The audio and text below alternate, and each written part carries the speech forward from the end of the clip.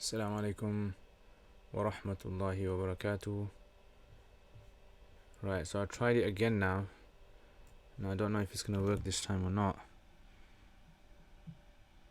So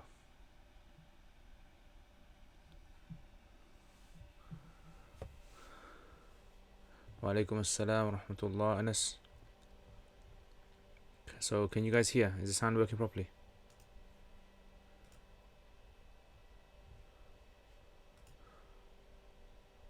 Alhamdulillah, alhamdulillah. I'm very well, thank you.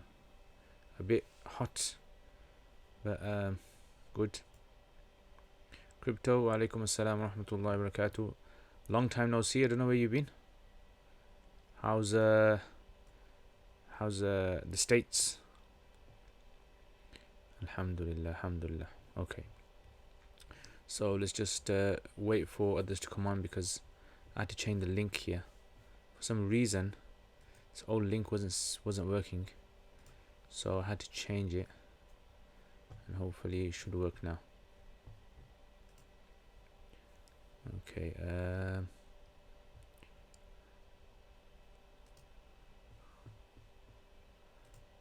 me just try this. Okay, so let's start. Wa alaikum assalam, intellect. Alright, so let's start with the questions then. So anyway, wa alaikum assalam. Ustaz, do you have a tricky Nahu question for me which may challenge me? It could be from the Quran.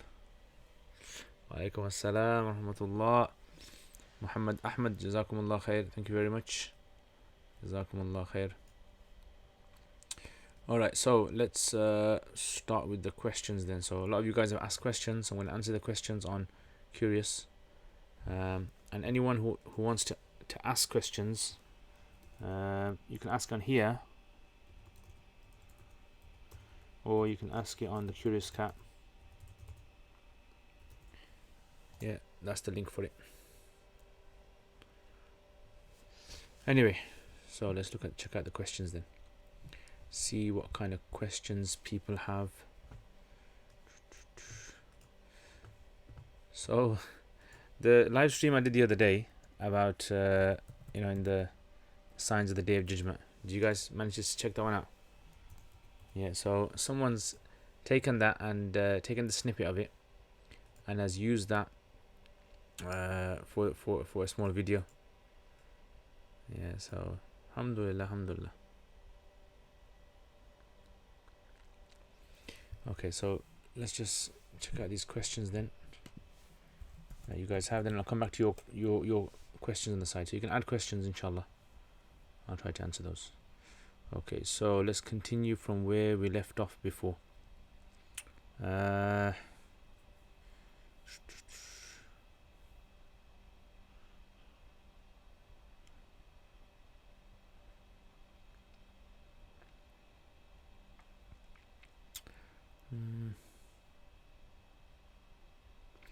Alright, so let's start with this then.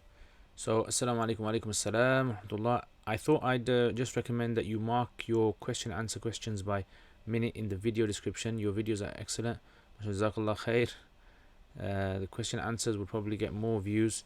Yeah, the thing with this is, I mean, Jazakallah khair for this. I mean, I really appreciate giving feedback, mashallah.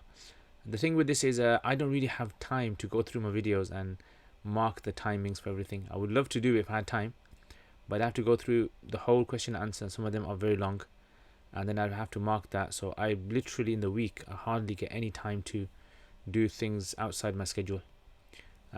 So that's why, I mean, unfortunately I wouldn't be able to do that. The other thing, I'm not too interested in getting more people to watch my question and answers. And honestly, I only answer the questions because many of you guys, I believe, have serious questions and you find it difficult to ask people. So that's the only reason I answer questions. Otherwise, I'm not really too interested in answering questions. I mean, I'd probably use that time to make more videos or other things. But there's quite a few of you who asked me privately as well, and on the comments, that you'd have a lot of questions and you don't find anyone to be able to ask. So this is why I do it like this, and I try to answer as best as I can. And if I don't know the answer, I'll just say I don't know the answer. So that's why, you know, I don't want the whole ummah to see my question and answers. If someone has a question, I'll answer it, inshallah. Okay. Next question: is playing chess or backgammon, nard, in the hadith permissible? How would this apply to board games? What about video games? So when it comes to answering hadith, or answering these kind of hadith related questions, the thing we have to remember is that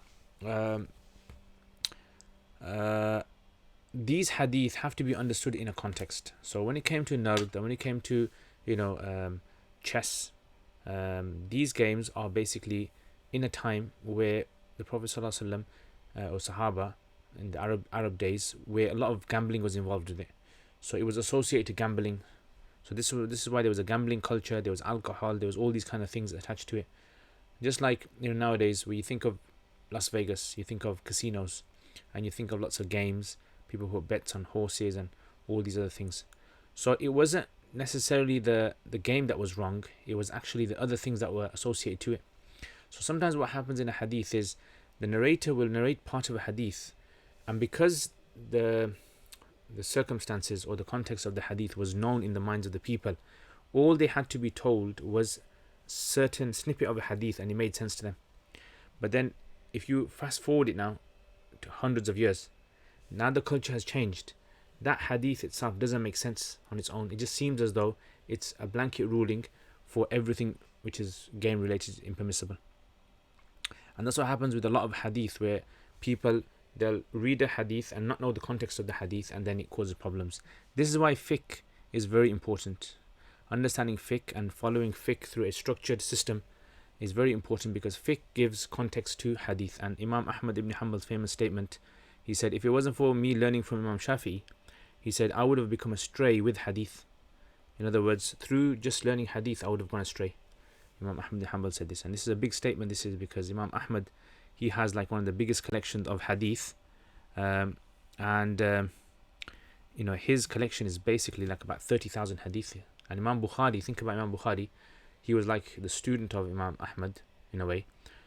So Imam Bukhari's book has got about between 4 to 7,000 hadith, give or take the repeats. So imagine that, 30,000 hadith, and he's saying that if it wasn't for me studying fiqh from Imam Shafi, then I would have gone astray through hadith. Okay, so this is why, I mean, the later Hanafis have said that games are allowed as long as the intention is good. So as long as a person's doing it with for a productive reason. If it's without a productive reason, it won't necessarily be sinful in itself, but it's like something which is not good. Like we say to someone, you know, you could do better than this. Spend your whole day just playing computer games. You could do better than this.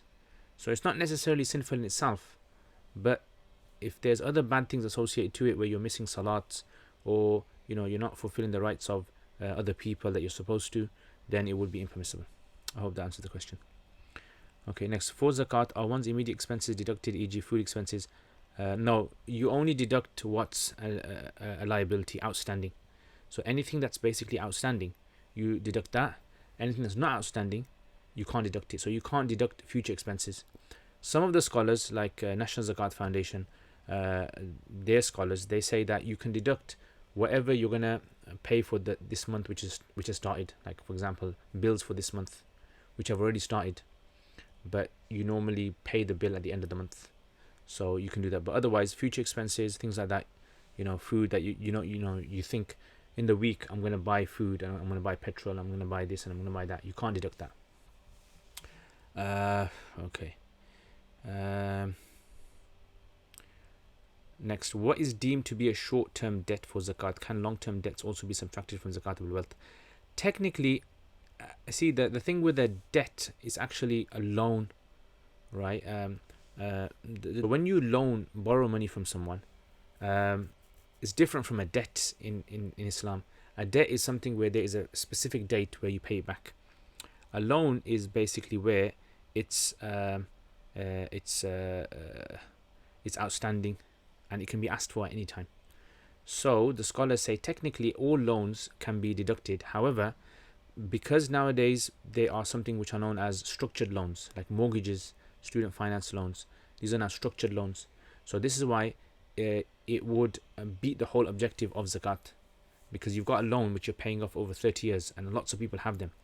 And so people have enough money with them to consider themselves rich, but they're only paying back small amounts of that installments over the months or over the years. And still, the amount they've got left surplus is quite a lot. So this is why, unless you're going to pay it all back within the next 12 months, the scholars use 12 months because your next zakat date is going to be due in 12 months. So you can use a 12 months kind of window. So whatever you owe in the next 12 months, which is principal, then you can deduct that. If someone is a painter, then is the paint he buys given zakat on, as he is using it similar to a trade good that will be used in his work, or will not be zakatable? So basically, when it comes to paint, or when it comes to anything which a person uses, it depends how the contract has been stipulated.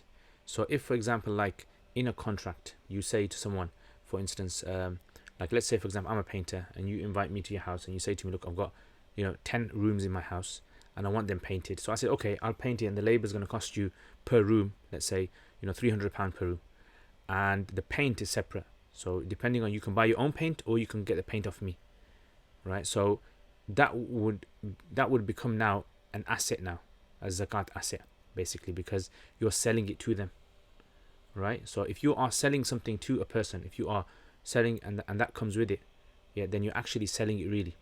So you work out the value of that, and it becomes a business asset, or your business goods inventory, and then you have to give zakat on it, right? The same with anything else. Someone who bakes a cake at home and sells it, the ingredients, if the ingredients are bought for selling purposes, then yeah. Where can I read about zakat and pensions? You can go to National Zakat Foundation, on their website. I think they've got a section guides, and in the guides they've got a pension which is very detailed, very good. It's the best one out there so far, from what I've read. Could you give an overview of zakat and pensions? Yeah, I can give an overview, inshallah. What I'll do is, it's going to take a bit of time here, so I won't do it here. I'll make a video on zakat pensions. The only thing you have to remember about zakat pensions is you only give zakat on those pensions that what we call defined contribution scheme pensions, where you basically receive a letter to your house, and that letter is basically tells you where do you want your funds invested. So if you can choose where you want your funds invested, like what kind of a business, so usually HSBC, finance schemes or pension schemes, Islamic pension schemes, they are contribution schemes. Contribution doesn't mean that you contribute from your wages. That's not referring to contribution. It's basically where you allocate a fund manager. That's where you give zakat. All other pensions, like state pension, your final salary pension, and other pensions, there's no zakat in those. Okay. Are you planning on starting an Arabic course again?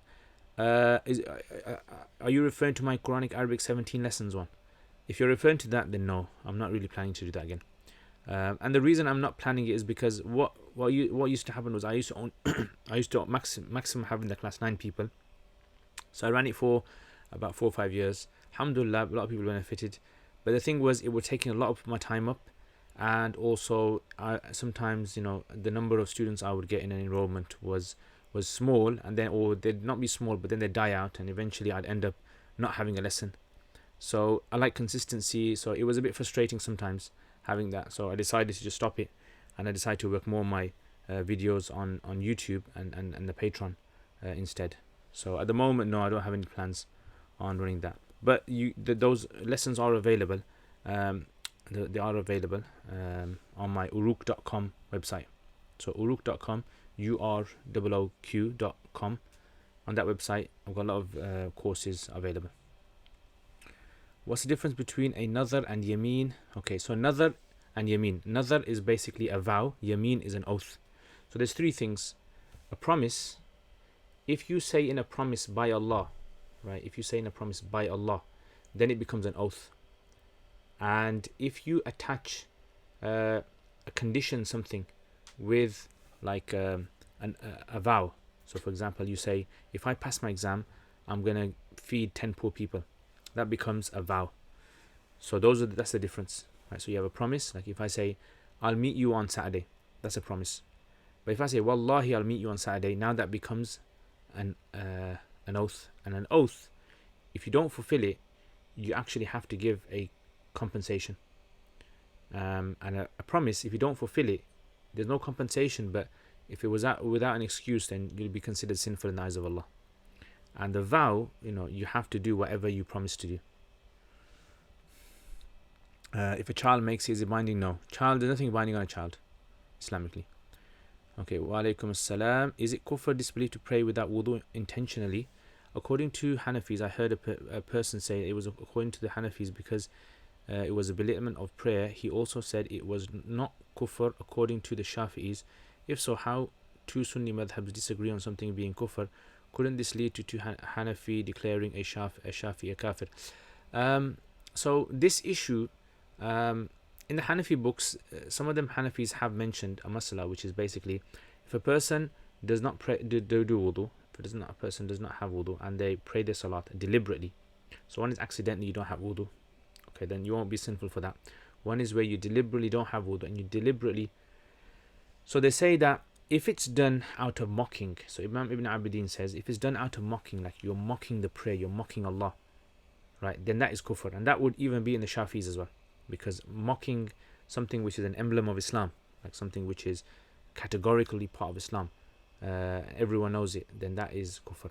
As for istighfaf, this isn't something which is agreed upon in the Hanafis, right? Ibn Abidin actually says that istighfaf itself, belittlement itself isn't kufr in itself. So I think I don't know what the Shafis say. I'm not sure about the Shafis about istighfaf. So I hope that answers the questions. But generally, I mean, what you had in the past was scholars, like when it came to the science of Aqidah, the science of Aqidah initially wasn't very defined, right? So it was just general premises that you had to believe in, like concept of Allah, the oneness of Allah, these kind of things. And no one really differed in those. Then what happened was later, as Aqidah became more defined and people started to make precise definitions, then precise definitions means you have to draw a line, and whoever's on this side of the line is going to be in trouble, and whoever's on the inside of the line is going to be saved. So that's why this is, I mean, personally, I think a lot of these, strict definitions in Aqidah can lead to a lot of problems. Yeah, so sometimes, you get this where some people will define something so precisely that wasn't defined by the Sahaba or wasn't defined by the early scholars, and then it leads people to say whoever doesn't believe this, they're out of Islam, or whoever believes this is out of Islam. So we've got to be very careful of that, right? And I believe that people, if they want to study Aqidah and they want to, call someone a kafir, or at least understand this science, they have to study it thoroughly, like not just a little bit, not a book or two. They have to actually study, I think, like beginners, intermediate, advanced, all of these things, because otherwise every Tom, Dick and Harry, on social media is calling this Islamic leader kafir and this particular imam a kafir and this lady a kafira, right? Just because of something they've done which they have defined in a certain way. And remember, Aqidah has to be something categorical. End of the day, Aqidah has to be categorical, and if it's not categorical, then it leads to people just defining their own limits in Islam. So the limits which are all agreed upon, we agree upon those, and those that are disagreed upon, then we have to show the kind of like the buffer zone, you can say. Hope that explains it. And yeah, there have been issues where like Hanafis have declared a certain Shafi a kafir, and Shafis and Hanafi opposite way around, and other madhabs as well. But again, personally, I don't agree with this, right? I mean, I think that this was done in context of something at that time, and there were other things involved as well, so it has to be looked at carefully. And this whole concept of takfir is a very sort of like problematic thing. Just wanted to confirm if I've understood correctly. While fasting, if a husband and wife have sexual intercourse, then fast breaks for both of them, and they both have to do kafara. Does this apply while fasting outside Ramadan? No, it doesn't apply outside Ramadan. Only in Ramadan. If the wife helps the husband ejaculate in any other way, then his fast will break, but no kafara. What about the wife in that case if she hasn't had orgasm yet? So then her fast is intact. Anything less than that, foreplay, etc., would not break your fast, but should be avoided. That's correct. Okay, I watched your video yesterday about the hadith about Dhul Khalsa, although it did feel like conspiracy hour, yeah. And I said that as well.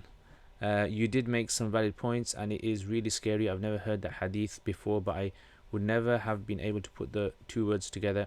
It was a really interesting observation. In fact, I've actually been looking at this hadith for over a year now, or about 2 years now, because since when the Saudi government, they made the plans of building a resort which was actually going to be excluded from the strict Islamic laws of the country. You probably heard about that.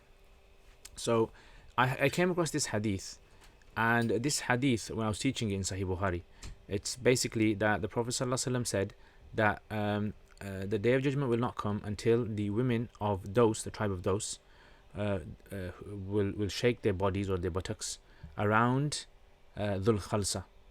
So the hadith doesn't specifically say that they will worship, although many commentators, because in their days, the way they would have understood it would be, like, they could never imagine that situation would arise in such a way that, Saudi government would bring people in from abroad, and there'll be singers and, semi-naked pop artists or whatever you want to call them, and they'll be doing concerts, and there'll be men there and women there, and they'll all be jumping up and down.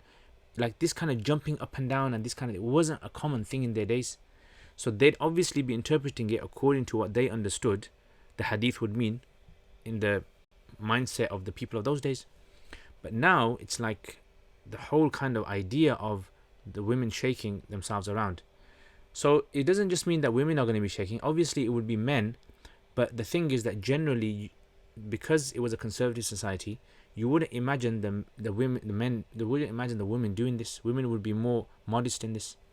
So the women going around this kind of statue is something that nowadays, if you look at a concert, I mean, pretty much that's what's happening, where they're shaking, they're jumping up and down, even though there is only one person that's singing and doing the dancing. Everyone else seems to be like in a trance. And also then I kind of researched about the tribe of Dos, and I found that where Jeddah is located, the area around it is actually called Dos, and tribes actually shift up and down the country. So I was reading, and I found that there's two main tribes of the Dos recently that have actually moved around the area of Jeddah. And also with the place where these concerts are taking place is Jeddah, right? And the strange thing is, this is like the closest place to Mecca. I mean, you could have done it in Riyadh, you could have done it in other places, but like Jeddah, that's like, so to me it just seemed that it fitted on very, very nicely with the hadith. Or not nicely, in a bad way, with the hadith rather. So the other place where they're designing this resort is actually near, just off the eastern shore of Saudi, a place called the Faras Islands. Yeah, and that's still within the region of the Dos region. And then when I saw this statue being put up, and that's the Statue of Liberty. So the Statue of Liberty is actually a woman. Yeah, it's a woman. And I don't know the history of the Statue of Liberty or where they get this from. Why is it a woman for? And it's supposed to be like a woman who's like, she got a chain on her leg and she stands for peace. And you can do a lot of conspiracies and say things like, oh well, they're worshipping this self-made idea of justice and etc. But it's a very, if you think about it, if you look at it, if you're an alien and you came to this world and you saw this, you would think that maybe they worship this. The way that it's so big, it's bigger than all the other structures in the society in America, I'm saying. It seems as though this is something which is very important, very revered, like an idol. And then they've got this there. And Dhul Khalasa, there's a difference of opinion what exactly Dhul Khalasa was, but in Muslim, it says it's a woman, is a female idol. A lot of the idols in Saudi were females anyway. Lat and Uzza, they were based on females. So anyway, I mean, that's what I'm saying, these kind of things. So conspiracy, I'm not too much into conspiracy. I don't like conspiracy. I listen to some conspiracies, but I don't like pushing conspiracy. I think it's not something a Muslim should do, and it destroys them. But the end of time, those kind of premonitions the Prophet ﷺ, he foretold, if you look at how accurate they are regarding some of the things that he said, it's just so strange. It's like, sometimes very ironic as well. Like this one is the land of Tawheed, and you have this kind of things taking place. Anyway, so Salam. Previously, you mentioned that women aren't allowed to have their privates waxed by other women as they are not allowed to see it.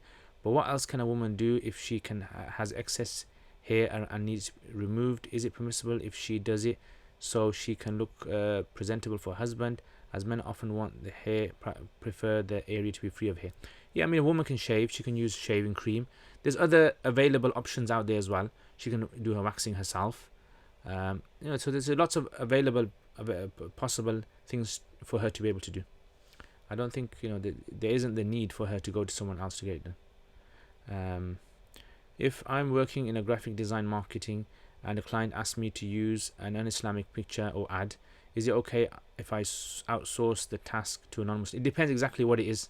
So you got to be more specific exactly what are you referring to. If it's something which is like, for example, like something nude, something which is totally against the ethics and morals of Islam, then no. And if there is scope, then there might be some scope. So generally, if you're not allowed to do it yourself, you can't make money from it by giving it to someone else. Yeah, you can outsource it. You can refer someone and say this person can do it, but you can't basically do it. You can't make any money from that if it's like totally prohibited in Islam. But again, you got to be clear exactly what do you mean by, it's un-Islamic. Like someone might think birthdays are un-Islamic. Some people might say, and if that's their opinion, it doesn't necessarily mean that it's un-Islamic as in according to everyone. Okay, given the luxury of having alarm clocks, does it become sinful if we don't set an alarm for Fajr? If one is doubtful that you will be able to wake up for Fajr, would it become obligatory to stay up, or is it enough to sleep with a firm intention and hope to get up, even if you don't manage to have to pray qada? I mean, when it comes to personally, I hate alarms. Yeah, I actually get headaches with alarms. My day becomes groggy.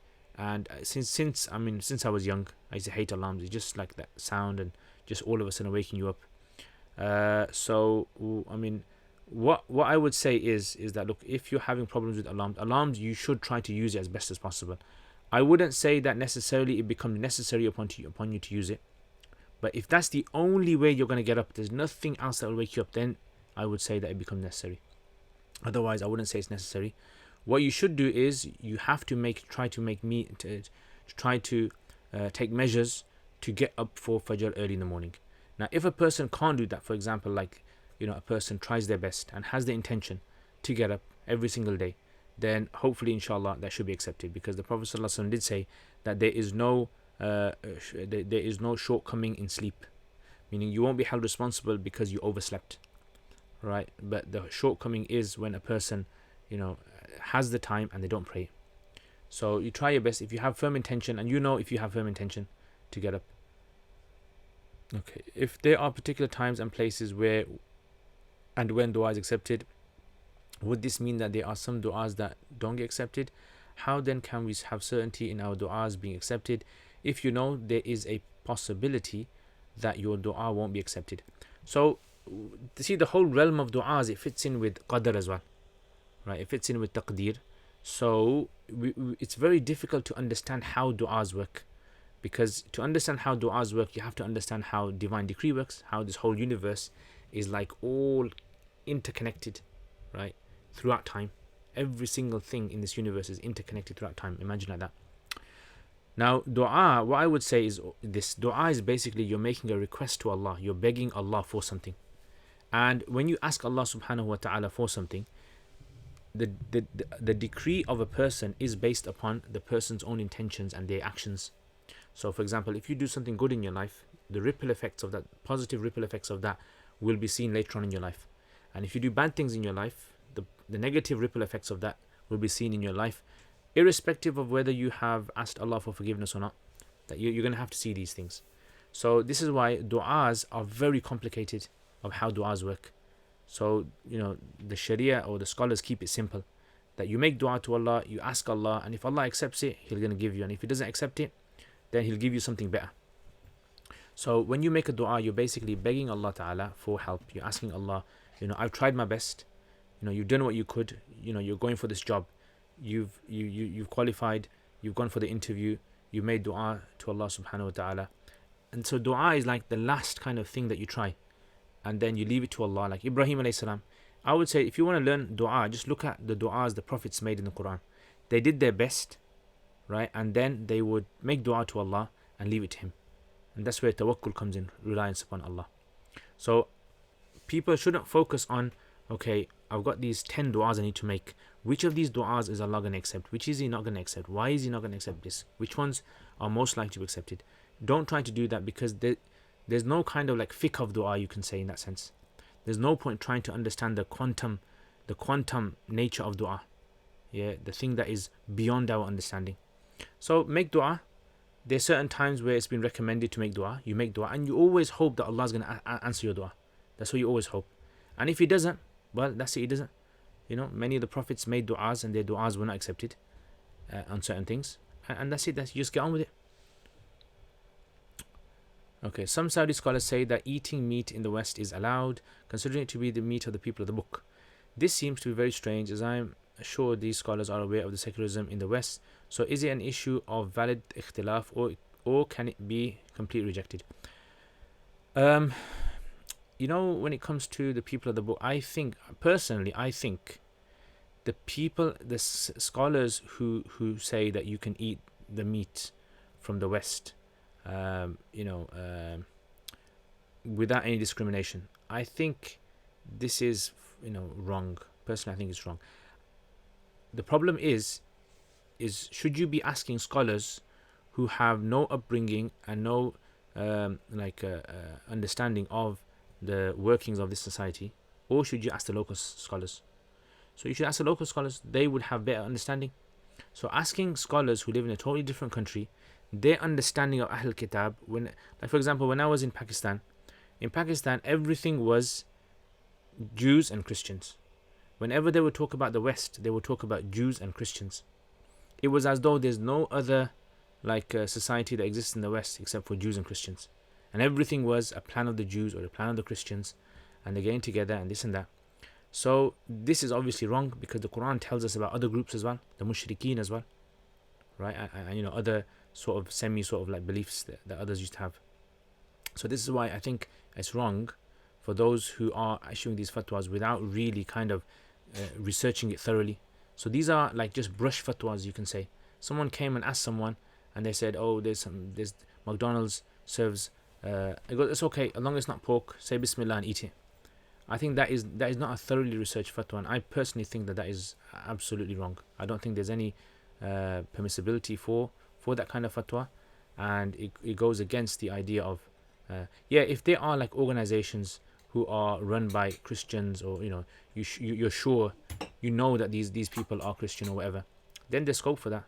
But otherwise, I think people who take fatwas from abroad, you got to be very careful.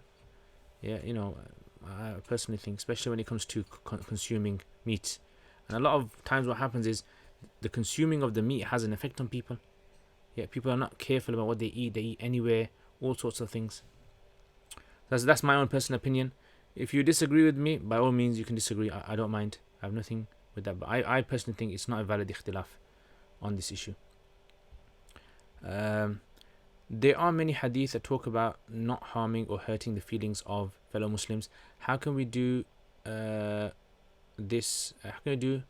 How can we deal with Muslims who behave badly and take advantage? Technically speaking, I've heard advice on being patient or getting it sorted legally, but on some smaller issues, people naturally need to show some rudeness or even physical force.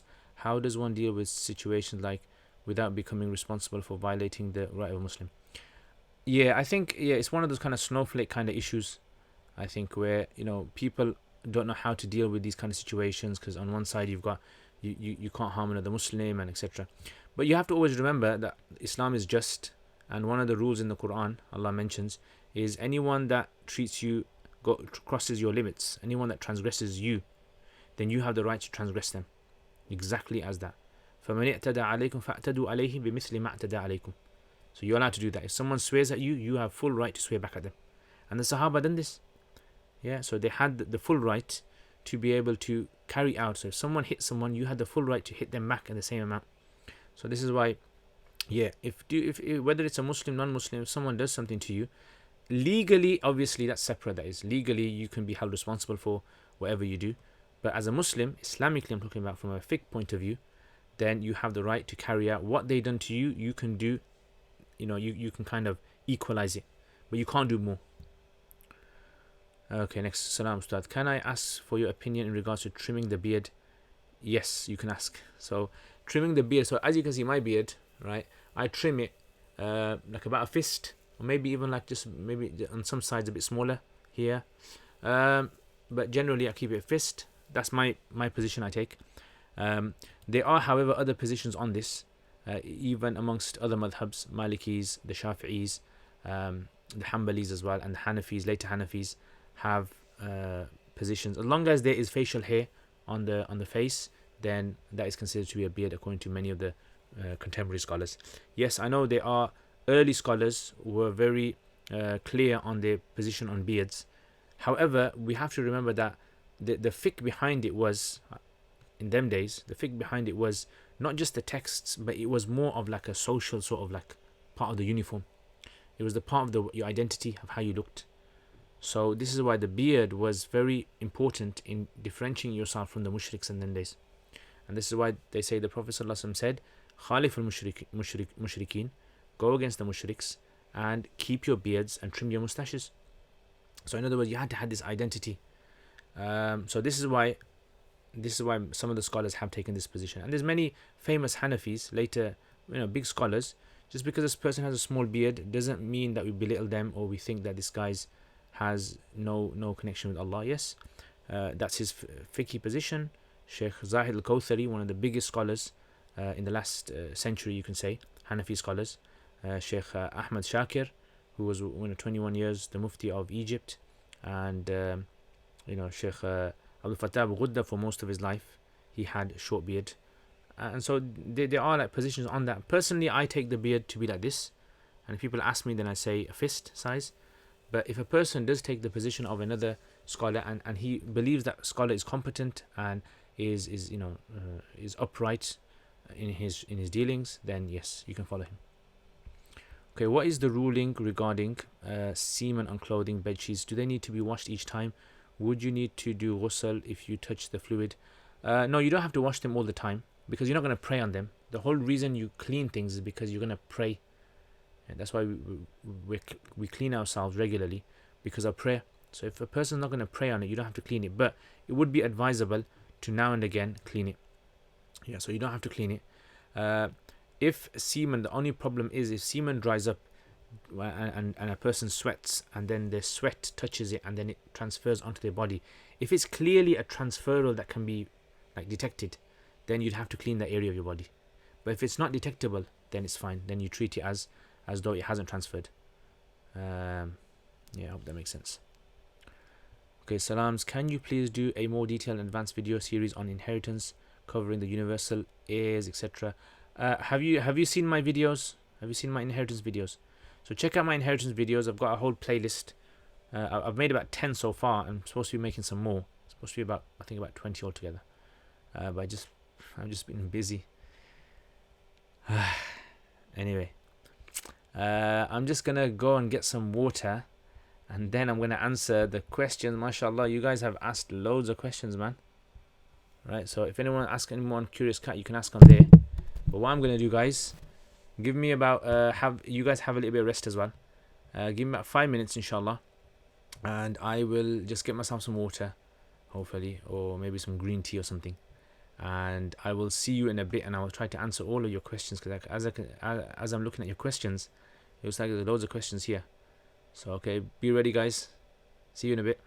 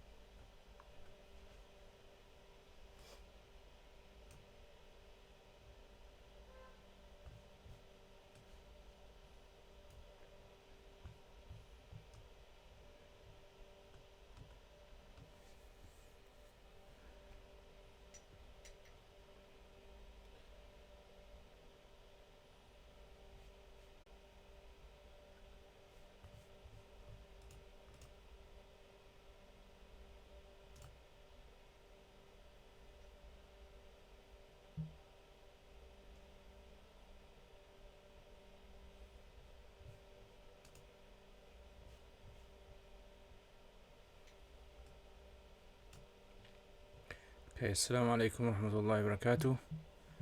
Is it back on? Can you guys see? Is it working? Someone let me know if it's working.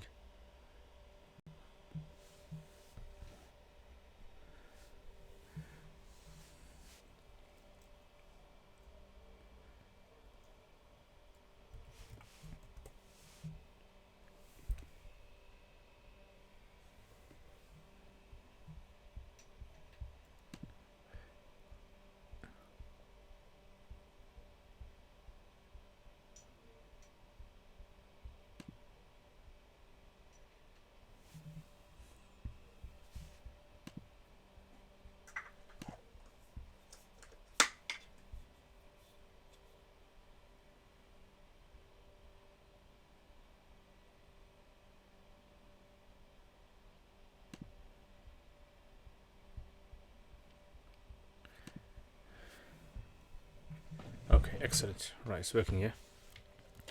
Alright, so let's start then. So let's first of all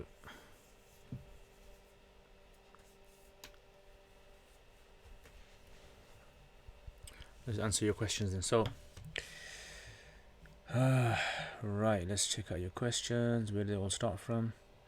So wa alaikum assalam to everyone. Okay, thank you for your insight yesterday regarding the hadith about the Jeddah event. My question is to do the ulama in Saudi not see what is going on, and have they not read the hadith? Why are they silent? I mean, again, interpretation, isn't it? It's just how hadith are interpreted. There could be lots of reasons why scholars are not saying anything, and we've recently seen what's happened with Sheikh Salman Auda and others. Yeah, and you say tweet one wrong thing, and that's it. Your life's over. So, difficult times. Wa alaikum assalam wa rahmatullah. Sharif will. Masal related to Zamzam water, i.e. dilution, adding 1 drop of Zamzam to a cup of regular water. Yeah, I mean, a person can do this, but the thing to remember is that it's like, it's just for barakah, isn't it? People add water, and you don't get any reward for drinking Zamzam water. There's no kind of special reward attached to it. So whether you drink pure 100% Zamzam or dilute, it's just for your own benefit, really. So there wouldn't be anything wrong with it, as long as you're not deceiving people and selling it and diluting it. Okay, MP, wa alaikum assalam wa rahmatullah. I'm very well, thank you very much for asking. Jazakallah khair, and I'll reward you. Okay, intellect. Okay, right. Okay, what are your opinions on open iftars? What are your opinions on open iftars? I don't understand. What is open iftar? I mean, is it like open iftar as in you invite anyone? Peace now. Alaikum assalam wa rahmatullahi wa barakatuh. Wasiq alaikum assalam wa rahmatullahi wa barakatuh. Okay, Muhammad Umar Mustafa, what software do you use to edit your videos? I use a software called Screencast-O-Matic. So Screencast-O-Matic is what I use. And I also use at the moment iMovie, but I'm gonna purchase I'm gonna either purchase Adobe, or I'm gonna be purchasing Premiere Pro. So there's a guy I know who's gonna help me to give me a tutorial on it. So I'm just waiting to see which one's gonna be the best one. Okay, what are your opinions on open iftars? They are mixed with men and women, but kind of segregated. Women on one side and men on the other side, but no barriers in between. I mean, these kind of events, it's just like a normal event, isn't it? Having just a normal event where men and women are, the same rules of segregation should apply. Whether it's a walima, whether it's just an open place, there should be some sense of segregation there. And the more segregation, the better it is. Okay, Muhammad, so what's your favorite modern Hanafi text?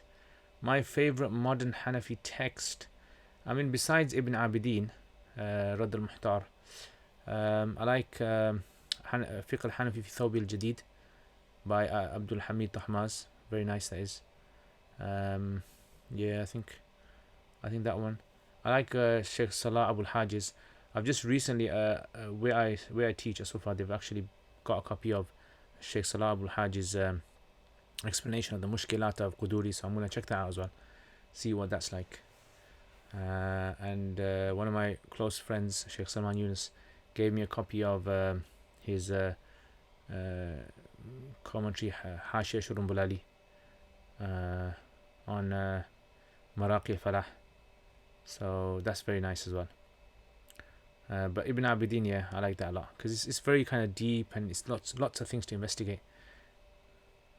Okay, MP, in the shorter days when salat times are close together, is it okay to pray Asr and Maghrib with 15 minutes in break at work because difficult to get 2 breaks, or can I pray with 30 minutes between them? Yeah, I mean, you can, it's possible. Yeah, you can do 15-minute break if that's because of work purposes. It's possible. If one has a garden with high walls and lots of trees so that someone would have to go out their way to peek in the garden, would it be okay to sit there without hijab? Yeah, I wouldn't see a problem.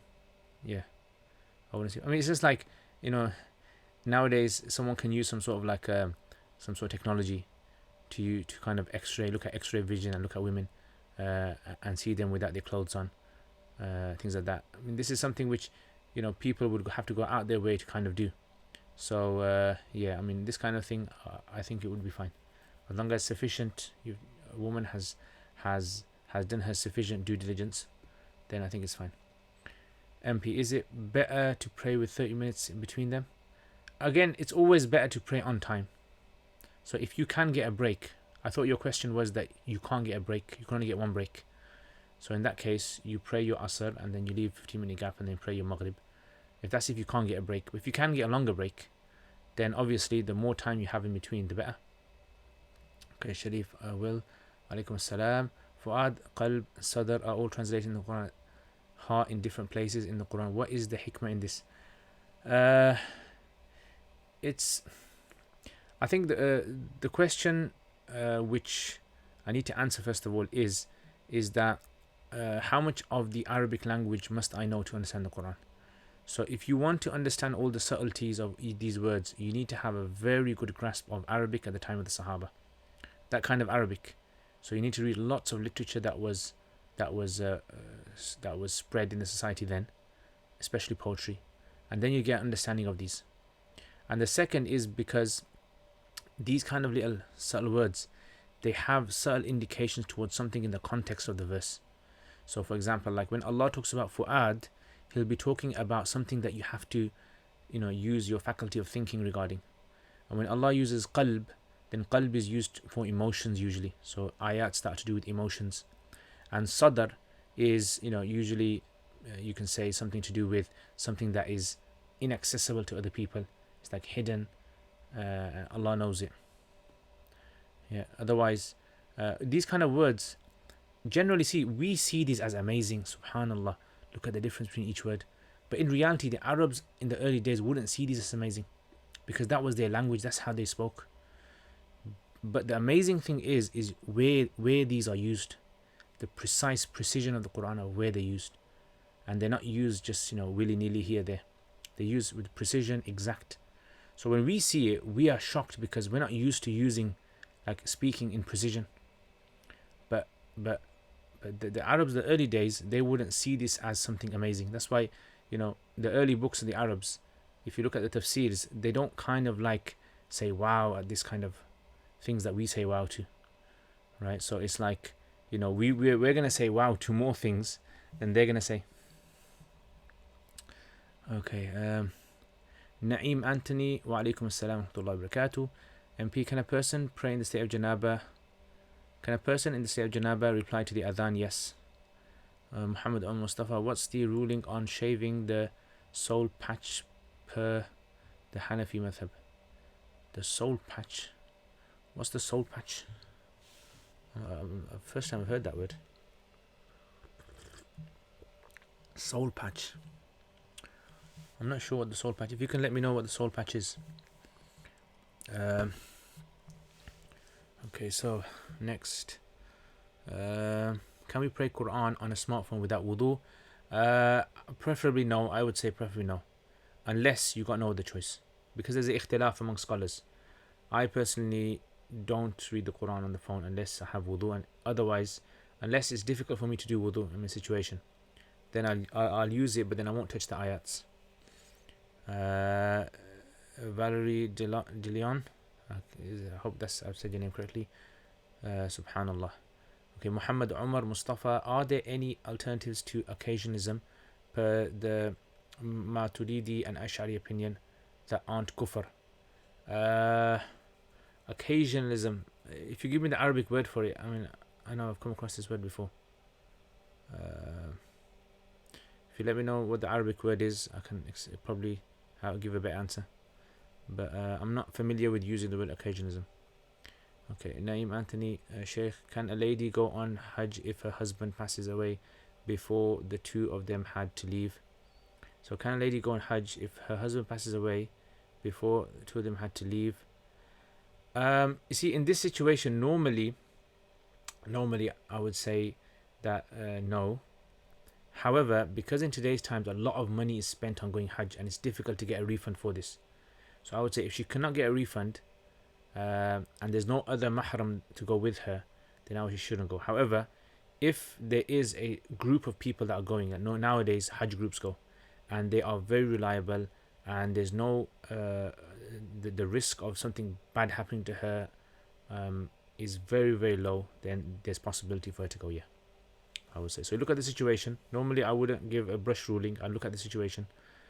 If the situation is such where the woman has paid and it's difficult to get the money back, or she's going to lose a lot of money if she cancels, especially there's only a short time left, then as long as there's a strong group of people that are going, good group of people, reliable, trustworthy, then based on the Shafi and Maliki position, it would be permissible. Okay, next. I've been told many times that hoarding is haram in Islam, but I've never understood what does it actually imply, and what would be considered as hoarding in modern times. Hoarding as in, exactly, I mean, is it like one of those TV shows where, the reality TV shows where those people are dying in their homes because of hoarding too many newspapers? So if you give me an exact kind of scenario of hoarding, because like someone saving money in a bank account could be seen as hoarding as well. Okay, Yamna, in Tajweed, do we have to pronounce the what sound is that? Is that sukoon when a word ends in ta marbuta? Okay, yeah.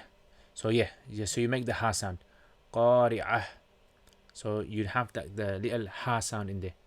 Qari'ah, qari'ah, al-qari'ah, al-qari'ah. But don't try to make it into a ha. Don't say al-qari'ah. So al-qari'ah, mal-qari'ah, like that. So it's not an alif where you say al-qari'ah, and it's not a ha, al-qari'ah. It's al-qari'ah. Okay, is studying usul, okay, Sister Amina, is studying a usul hadith book with a Hanafi teacher akin to studying Hanafi usul with a hadith? Not necessarily. It depends on how they teach it. So I would say, if you're studying usul hadith should be taught according to the science of usul hadith. Meaning, usul hadith is a Shafi science that's been developed by Shafi scholars, and I think it should be taught like the way that they've written the book. Now, if a Hanafi scholar wants to add in like footnotes, or wants to make so kind of like a reflection on a certain point, or wants to juxtapose it to Hanafi approach, then I don't see anything wrong with that. So for example, when I teach it, I try to keep it as much as possible according to what the book is saying, the Hanafi's the Shafi way. But if, for example, like I want to on the side just mention, for example, like why the Hanafis differ with this or how they differ, I'll add that in. So I don't try to kind of make it into a big debate about the book itself. And I've had teachers, some of my teachers who have just taught usul hadith from a hadith perspective, and I've had some of them who have taught it in a kind of debating kind of way, where every point is kind of critically analyzed from a Hanafi usul point of view as well. So it would be different. I would personally say, if you want to study usul hadith properly, whoever you're studying it from, make sure you study it, the text, for what the text was written, right? So don't try to kind of superimpose something else onto it in anything as text, whether it's usul hadith or usul fiqh or anything like that, I would say. And because it's showing a degree of injustice to the book itself. So, for example, if you want to teach tafsir, but you're always kind of bringing, Hanafi approach, Hanafi this and Hanafi this, I think it's unfair. Or if you're even teaching like Sahih Muslim or Bukhari, but you want to kind of bring the Hanafi way of the hadith, then I think that's unfair because you're leaving out what the book is about. So if you're teaching Bukhari, for example, teach Bukhari as Bukhari. Don't teach Bukhari from a usul hadith point of view. Teach Bukhari as Imam Bukhari would want to be taught, purely the way he's laid it out. And if you have certain issues where you just want to make a side note or a footnote, that's fine, you can add it, but I would say keep it as it is, pure. Okay, next MP. I have heard women are not allowed to cut their head hair. Is this true? What about trimming the hair like less than an inch? So there's two opinions amongst Hanafis. We've got other madhabs are much lenient. They say a woman can cut her hair all the way up to her ears, as long as it doesn't resemble the hair of a man. And Hanafis has two positions. One of the positions is the more stricter position, Indo-Pak kind of position, which is that they can't cut their hair. And this is based upon earlier texts, that they can't cut their hair, right? But there's nothing categorical in the Quran or from my understanding of the Sunnah. If someone can correct me, maybe they can correct me, that women cannot cut their hair. So that's why another group of Hanafis, many of the Arab Hanafis, have said that women can cut their hair, like the Shafis and the Malikis say. Yeah, so what I would say is a woman should look at a society. If the women are normally considered to cut their hair, or if their husbands or whatever want them to cut their hair, then there's scope for it. And if it's a society where they keep their hair long and it's frowned upon, then they should keep their hair long. Okay, in purely fiqh terms, is it sinful to imagine doing something haram? For example, going on a date with someone when one doesn't intend to in real life. So are you talking about like fictitious, like kind of like... So the Hanafis, actually, this is a masla which Imam Ibn Abidin mentions, and he is quite strict on this. So he was basically a Shafi before, and then he became a Hanafi. So in the Shafi text, this masla is discussed about fantasizing about something. So in your mind, fantasizing about something, and the Shafis say that there's a difference of opinion amongst them. Many of them say it's not allowed. And they said the Hanafis have not really discussed this issue, but he is inclined towards it being impermissible. But I mean, if you look at the narrations, the Prophet ﷺ said that a person will only be held for the actions they do and the words they say, right? So because a Sahabi came to him and said that a person thinks about all these things, will they be held responsible for it? And he said, no, only those things that they say and those things that they do. So long as you don't do it or don't say it. Some of the scholars have said to add to that is also if you have planned to do something, but something has come in your way and stopped you. So for example, like in your mind, you had made a whole plan to fornicate with a particular individual, and you made the whole plan and you were just about to do it, and then something came, like police came or some whatever, and you stopped. Then you will be held responsible for that. You'll be held accountable for it, because the only reason you stopped was because something came, not because you felt bad or regret. So if you feel regret or bad, the hadith actually says that your bad intention will be converted into a good reward. So that's, subhanAllah, one of the benefits. Okay, next. So if you have time, check this out. Check this out. Nothing there, bro. Okay, next.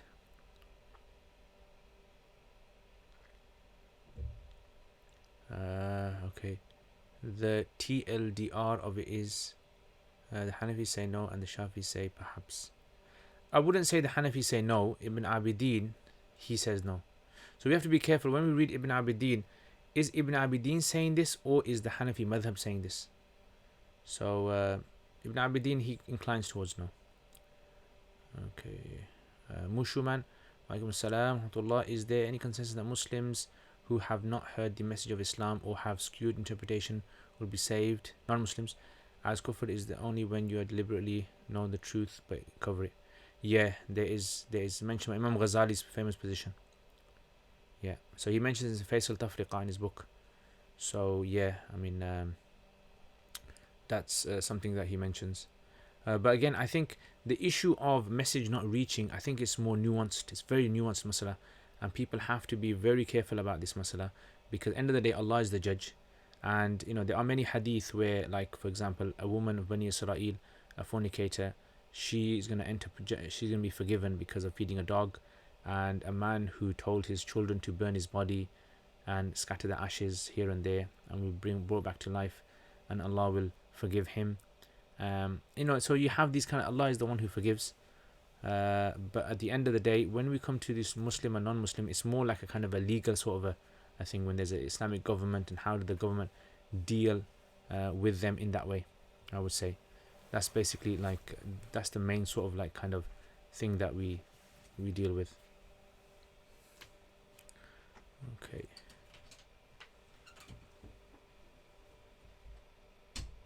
Alright, next. Well, AKS, wa alaikum assalam, AKS. I don't know what that stands for, but good name. Sister Amina, jazakumullah khair. Naveed, wa alaikum assalam, Naveed, how you been? Everything been good? Heard you were out the country for a while. Mushman, is there anything wrong with setting up a non-Muslim friends, colleagues? Setting up non-Muslim friends and colleagues. Setting up. I don't understand setting up. What does that refer to? Okay.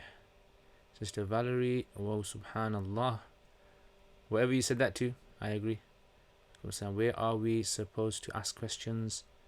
They aren't being seen from here. You can ask questions here, or you can post questions on Curious Cat. So if you scroll up on the comments, there's a Curious Cat.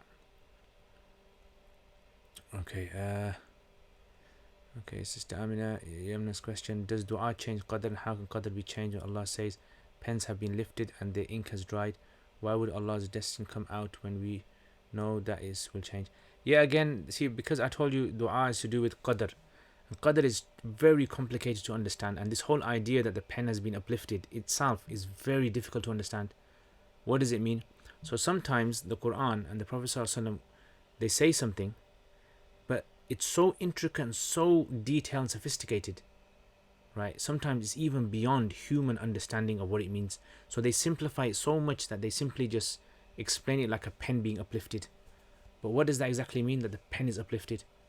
So personally, I think these kind of statements are in the Quran and the Hadith.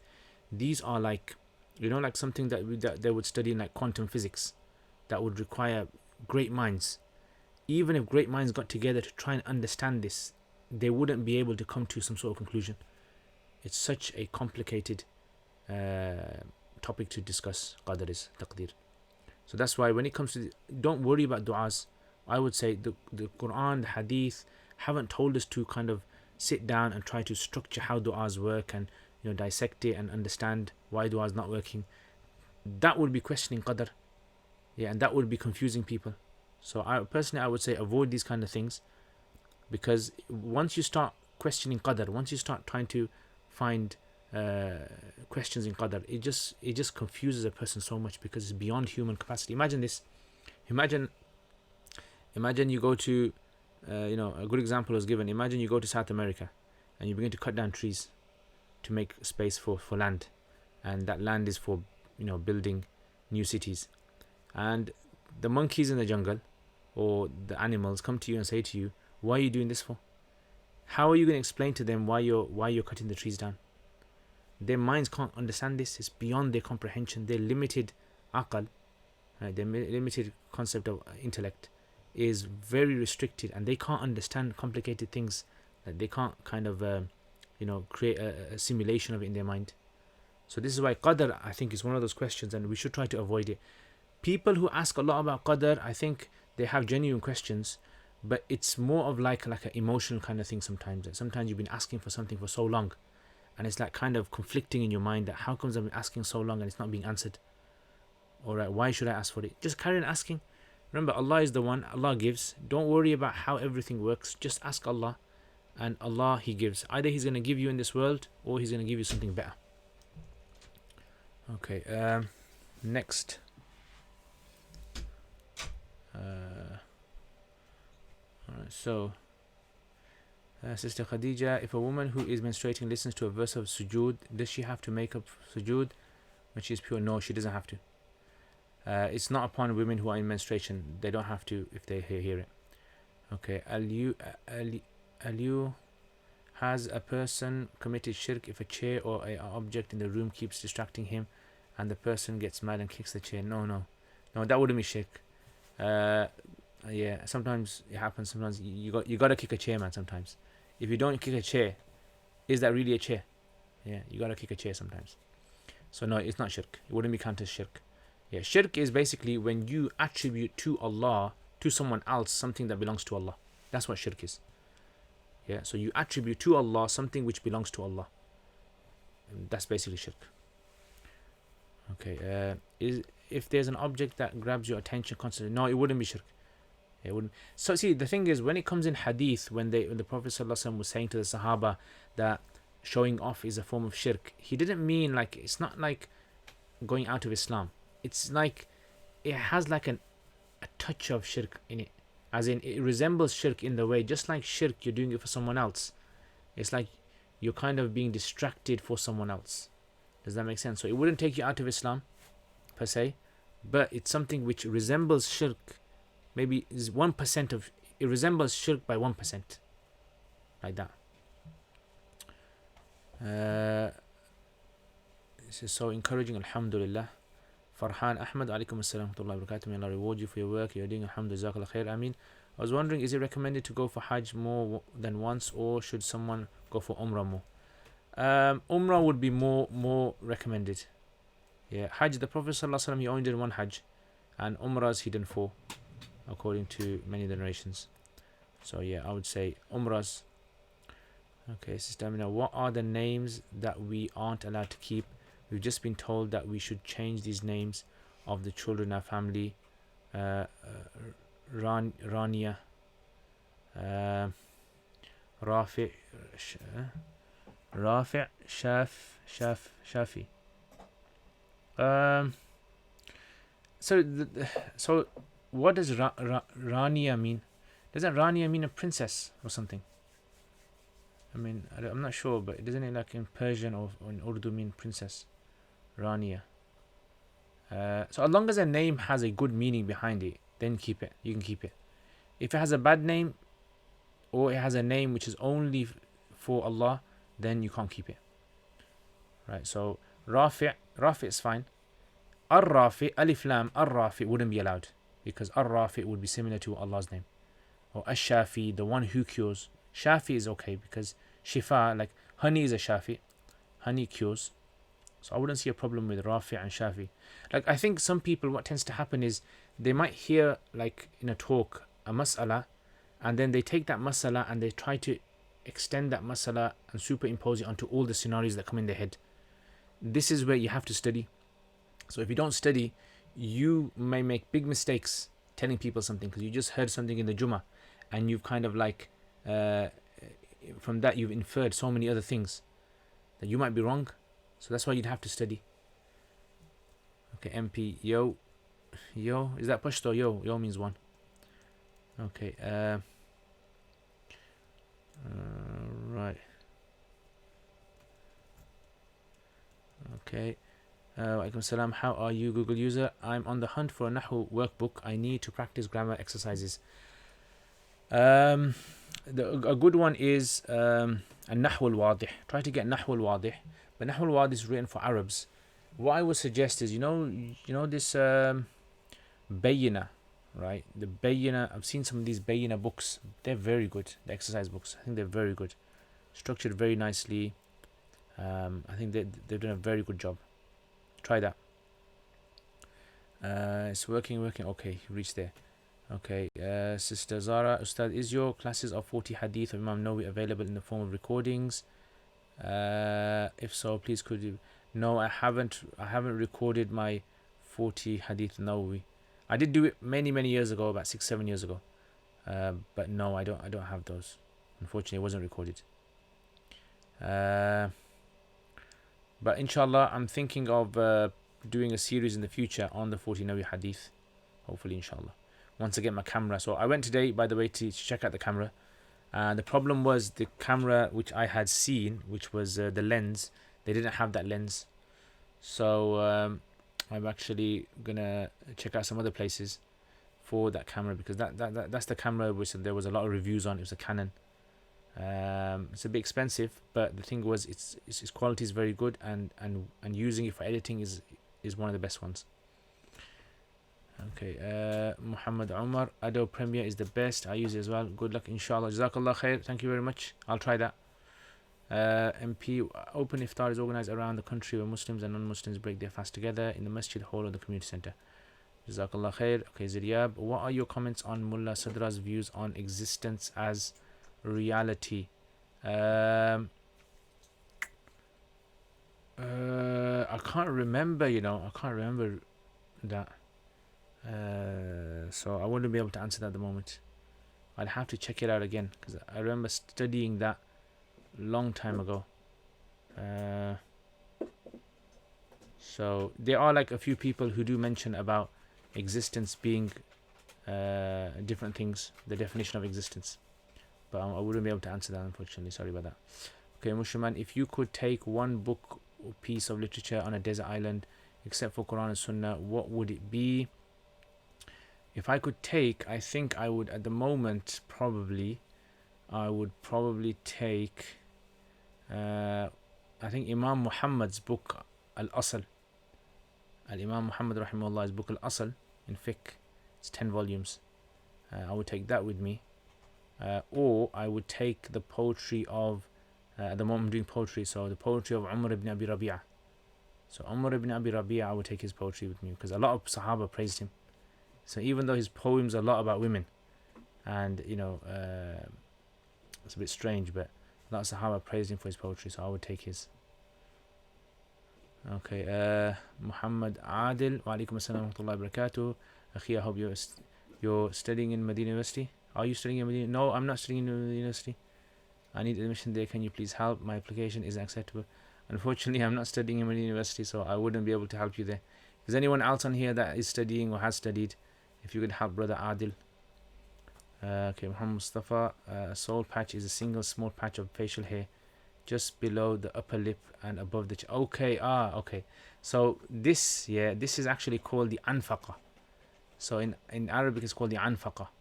Soul patch, why do they call it the soul patch? Right, so this anfaqa, this over here. So there's ikhtilaf regarding this. Imam Ibn Abidin rahimahullah mentioned it's considered to be disliked to remove this kind of hair here, but I don't think it's because it's part of the beard. It's just generally because it was a kind of like adab kind of thing. So I would say that, look, it's all to do with the society as well. So in the society, if it's something which is considered to be part of the kind of facial hair of a person, then it would be best not to do. It wouldn't be sinful. I don't think it would be sinful, because the beard is defined as the hair that grows on the jaws, and because this doesn't grow on the jaws, it wouldn't be an issue. Okay, Sister Hina, wa alaikum assalam wa rahmatullahi wa barakatuh. Do women have to keep their hands underneath their hijab, scarf while praying namaz? No, they don't have to. As long as their arms are covered up to their wrists, they don't have to. I think some women do that because like their arms might be a bit exposed, so they just want to keep it covered. Judaism, I read the Quran all the time without wudu on my iPad. Yeah, there's difference of opinion. Yeah, so there are some scholars who do permit it. Occasionism, madhab al-munasaba. Madhab al-munasaba. I'm still not familiar with that. Okay, so I can't think of it. I'll have to read and just see what is mentioning, but I can't think of, from the top of my head, I can't think of it. Okay, Jazakallah khair. Thank you so much for your time. You're welcome.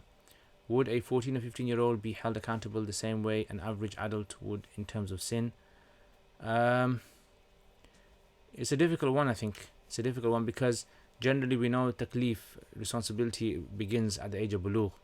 But I think it would be treated differently because there's confusion at that age. Lots of confusion, a lot of hormones going crazy, and it's a time where lots of pressure is on a child as well. So I think it would be different. I don't think it would be the same. Even legally, in terms of courts, even the judge would probably even treat it a bit differently as well. I know some countries, like some Arab countries, they have the legal age of adulthood, they actually have it fixed at 15, or I think it's 17. Syria, and Dr. Wahab Zuhaili mentions it in his Fiqh al-Islam wa Adillatuhu. Okay, so I have a few other questions regarding namaz. Can you blow your nose whilst reading if you are crying whilst praying salah, or if you have a cold and your nose? Yes, you can. Yeah, you can do that, because anything which is basically to correct your salat or stop your salat from becoming nullified, you can actually do that. So if your nose is blowing and this is causing you disruptance in salat, you can just hold a tissue, keep a tissue with you, and just clean your nose, and then that's fine. Can you pass your back on someone who is reading Quran? Yes, you can. I think the passing of the back is something generally like an indoor pack kind of thing. They kind of consider it to be disrespectful to have your back towards someone reading Quran. Yeah, generally I think that's the case. But you can.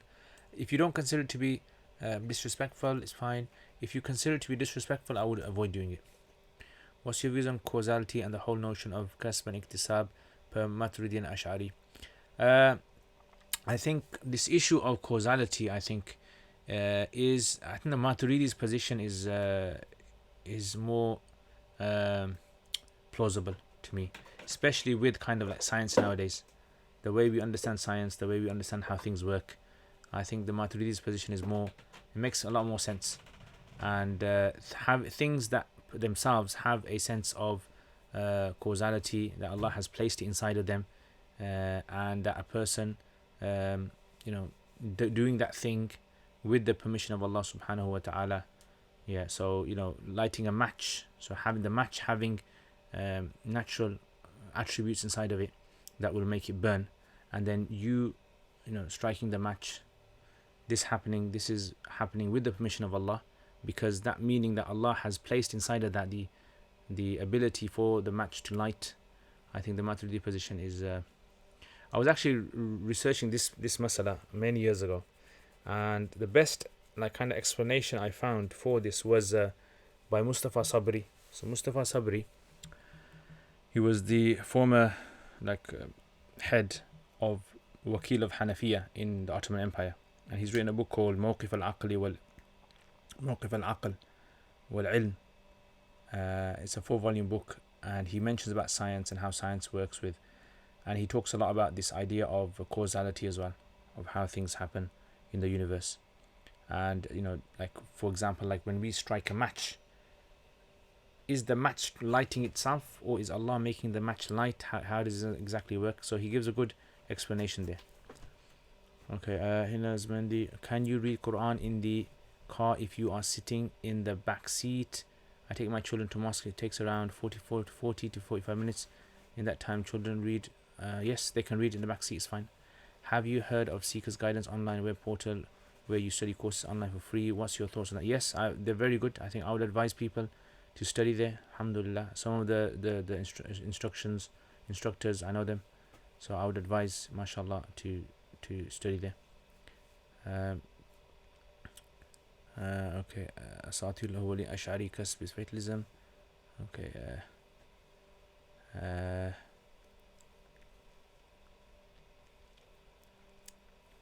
Okay, but I'm looking for a good solid alternative that accepts causality. Here I would suggest reading Mawqif al-Aql by Mustafa Sabri. Ash'ari Kasb is like the Salafi Tajsim. Salafi Tajsim.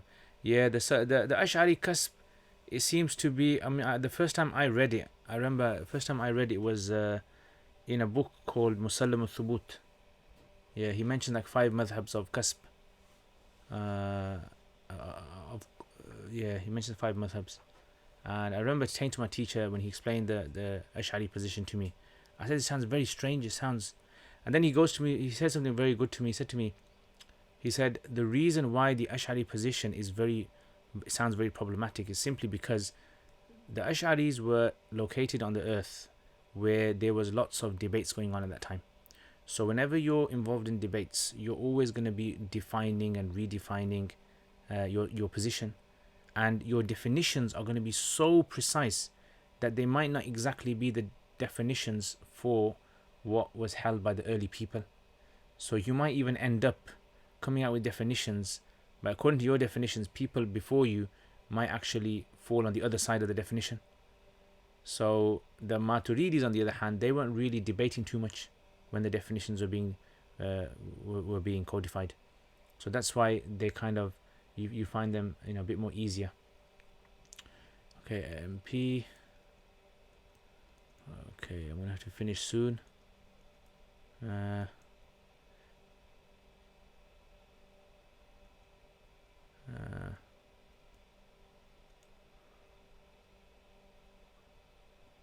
Is it okay for women in modest clothes and niqab to give a lecture presentation in front of males? Possibly. Yeah, I don't see anything wrong with that. Also, what if she only wear hijab and not niqab, and she takes the opinion niqab is for, then is it sinful? Not necessarily. I wouldn't say necessarily. Yeah, I mean, if she thinks it's wrong, she shouldn't be doing it. Yeah, if she personally thinks it's wrong, she shouldn't be doing it. But if she's obviously, if she has to do it, then I wouldn't consider it to be sinful. What is the Hanafi madhab stance on attending weddings? What should you do if you are invited to a close family wedding, but it's not segregating? Also, there's a likelihood of music being played. I mean, if it's a close family member, then there's scope for it, yeah. And I think the segregation isn't like segregation where men and women are dancing with each other and that kind of mixing, rather. It's not that kind of mixing. Everyone's on their own tables, families sitting together. As long as you're covered up properly, then it's okay. Okay, it's okay if you're atheist. There is still enough time to change, inshallah. Allah guides, alhamdulillah. Okay, do the feet have to be covered while salah for women? Not going to Hanafis. I may set up your non-Muslim friends, colleagues with the hope they become a couple and maybe get married in the future. If someone asks you to get introduced, yes, you can do it for non-Muslims.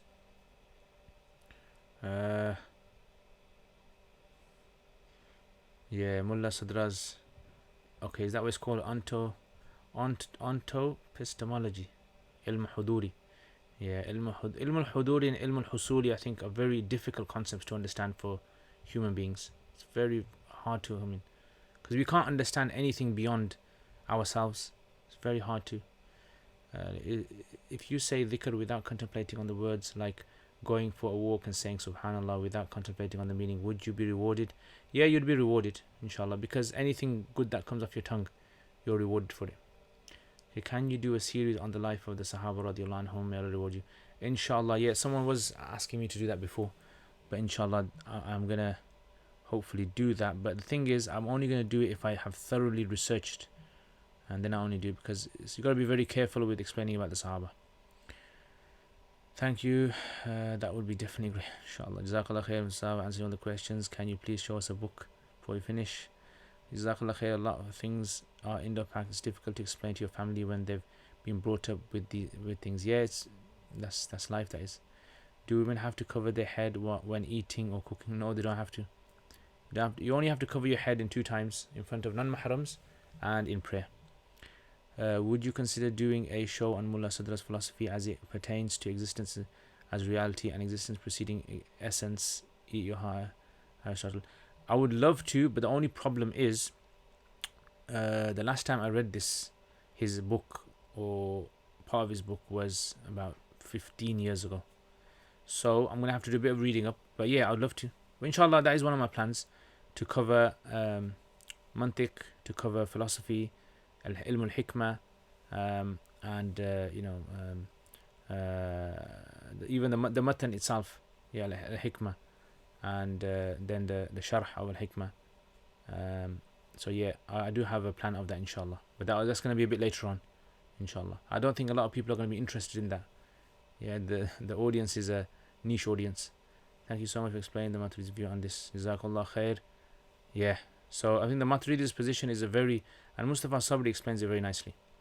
So salam, I listened to your recent video before the Day of Judgment. I wanted to ask about climate change and its connection with the end. Yeah, I mean, climate change, interesting one. We don't have time now to talk about this, but climate change, maybe in the next one I'll talk about some climate change issues and narrations that seem to indicate towards some sort of like issues that are going to occur in the atmosphere.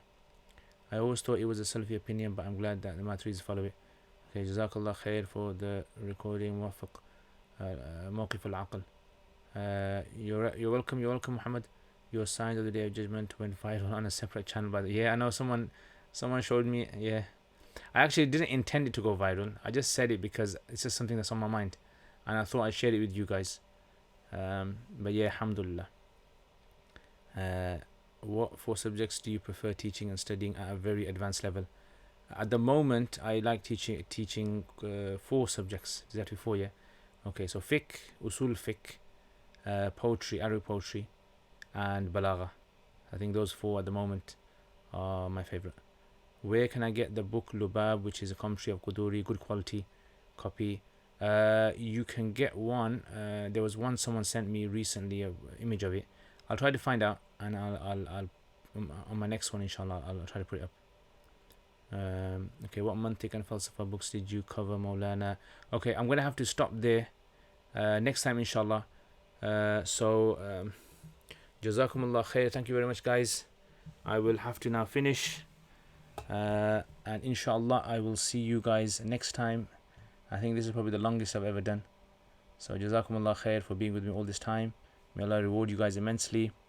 And if you have any other questions, you can put your questions on this curiouscat.me/Zaman H2, or you can